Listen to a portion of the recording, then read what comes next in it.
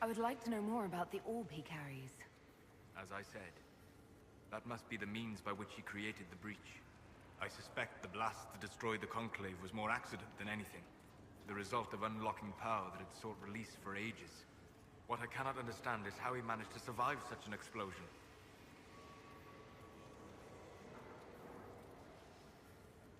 You said that you believed the orb is Elven. I never would have believed a Tevinter mage could unlock such a powerful relic.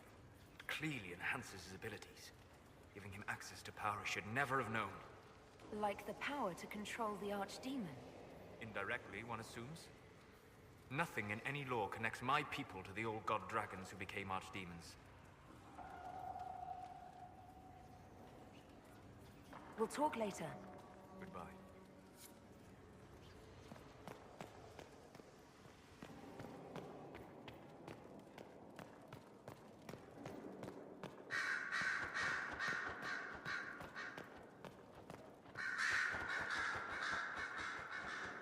Roderick, that Chantry fellow who led us through the mountain from Haven.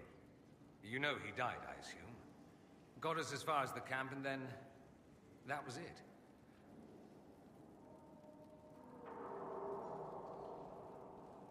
Oh. That's too bad. I helped him walk. He... talked about you quite a bit. He just needed to be sure you were Andraste's chosen. He was terrified of what it meant, if it were true. But in the end, he believed. He asked me to tell you he was sorry.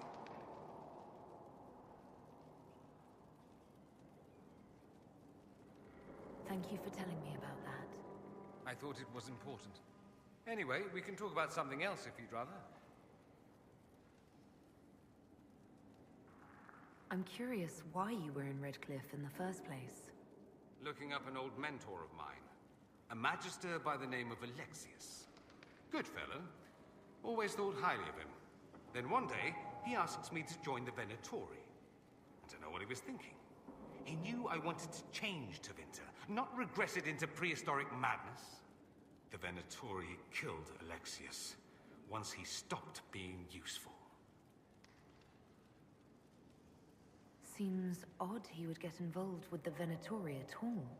That's what I thought. I'd hoped to persuade him to leave Redcliffe. I suppose he had his reasons. People will do odd things when they're strung over a barrel. Either that, or I didn't really know Alexius at all.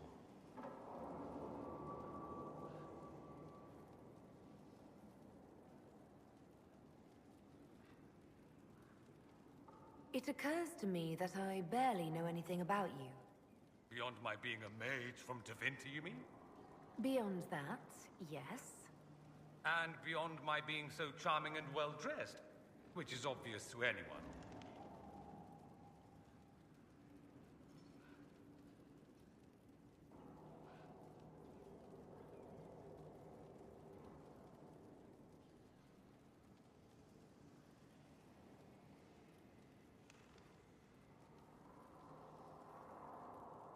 You certainly think highly of yourself.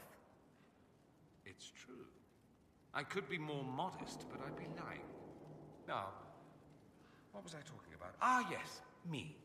I am the scion of House Parvis, a product of generations of careful breeding and the repository of its hopes and dreams.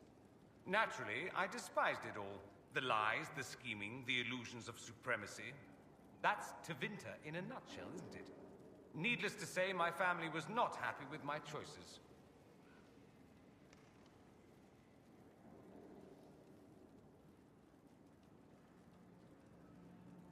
What did you mean by generations of careful breeding?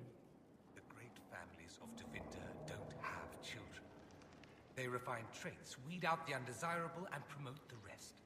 My mother was chosen for my father because magic runs strongly in her blood. Never mind that they loathed each other. They wanted a son who could become Archon to make House Parvis the envy of the Imperium. They got me. A cautionary tale that you should be careful what you wish for.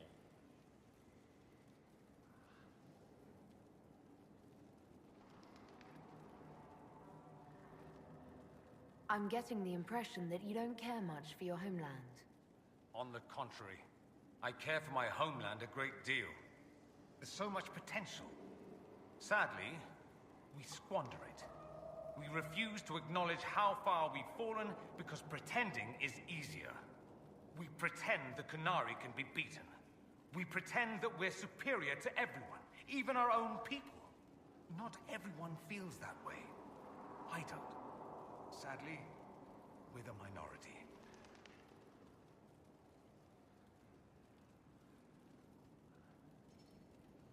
It just seems... so much of what you say about the Imperium is entirely negative. It might sound that way. For all our faults, my people have many virtues. We are laden with history and culture. Tevinter is where Thedas truly began, remember? We treasure our past and preserve it. You can walk down a side street and find nothing built during the modern ages. And despite appearances, we care. Deeply. About everything. We have no reserve, not in war and not in love. If I truly believed my homeland was beyond all hope, I wouldn't miss it so much.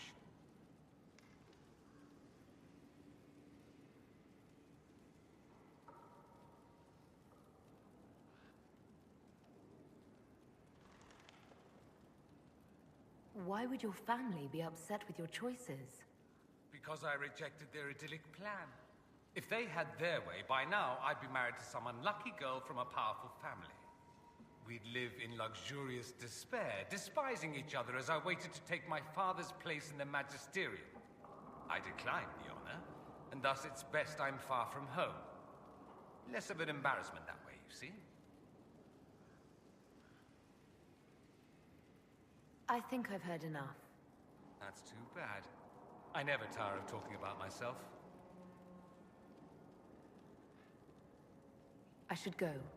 As you wish.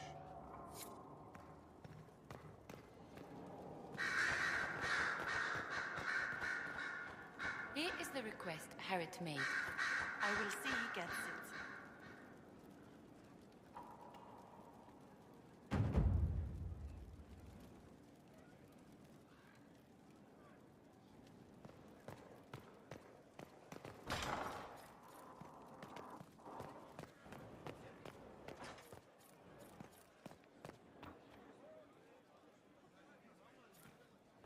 Yes?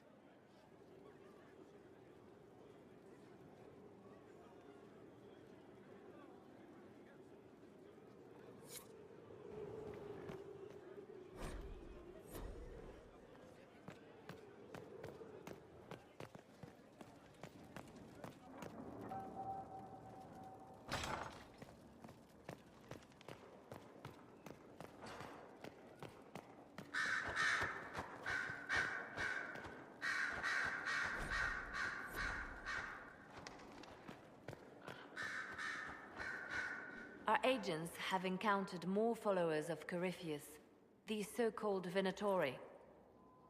Their leader, Calpurnia, has them searching elven ruins. For what, I do not know. I propose we stop the Venatori before they find what they seek.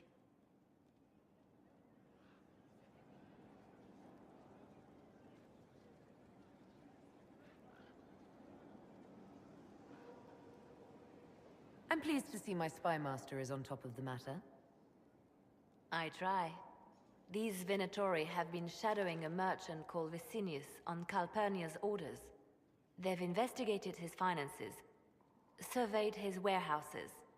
I propose that you meet with Vicinius. Flatter him. Find out what he knows of Calpurnia. We need him to open up about these bloodthirsty cultists. I'll bring wine. Vicinius could be a useful ally. Merchants travel, and they love gossip as much as coin. I'll make arrangements for you to visit his summer home in Val Royeaux. Hopefully, your attention should be enough to pique his interest. We'll have Calpurnia's secrets yet.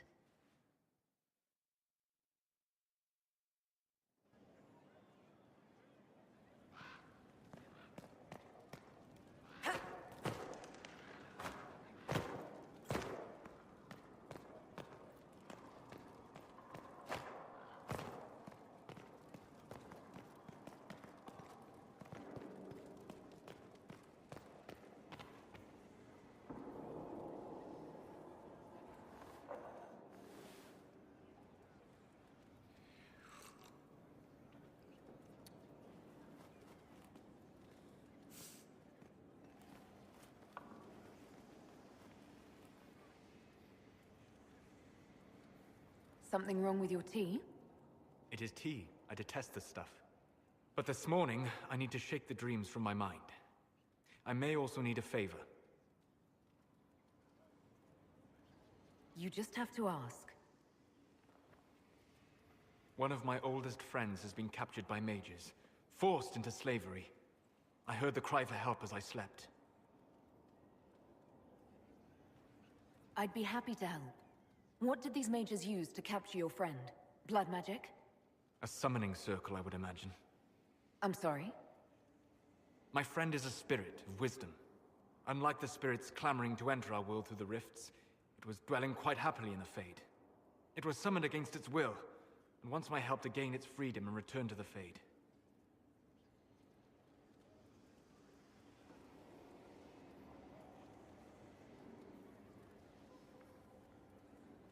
All right, let's go get your friend. Thank you. I got a sense of my friend's location before I awoke. I'll mark it on our map.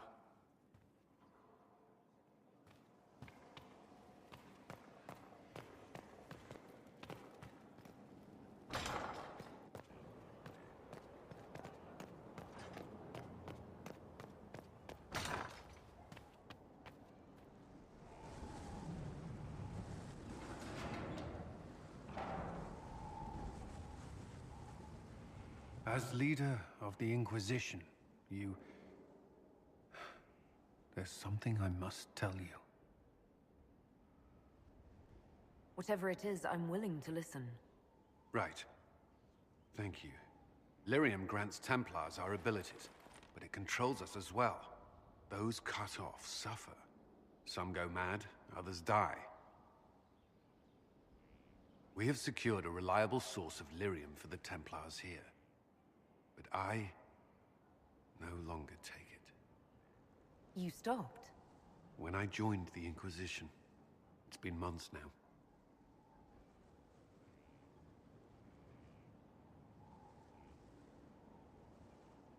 Cullen, if this can kill you... It hasn't yet.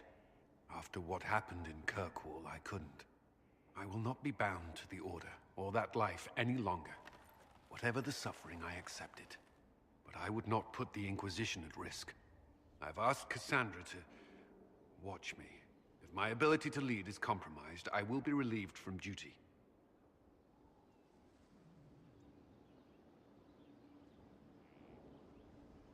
Thank you for telling me. I respect what you're doing. Thank you, Inquisitor. The Inquisition's army must always take priority.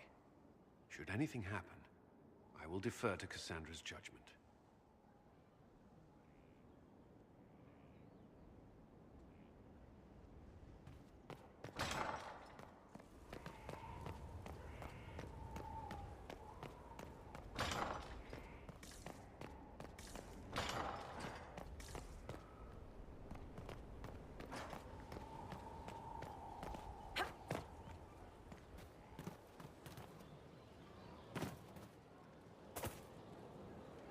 Our mounts have never had better.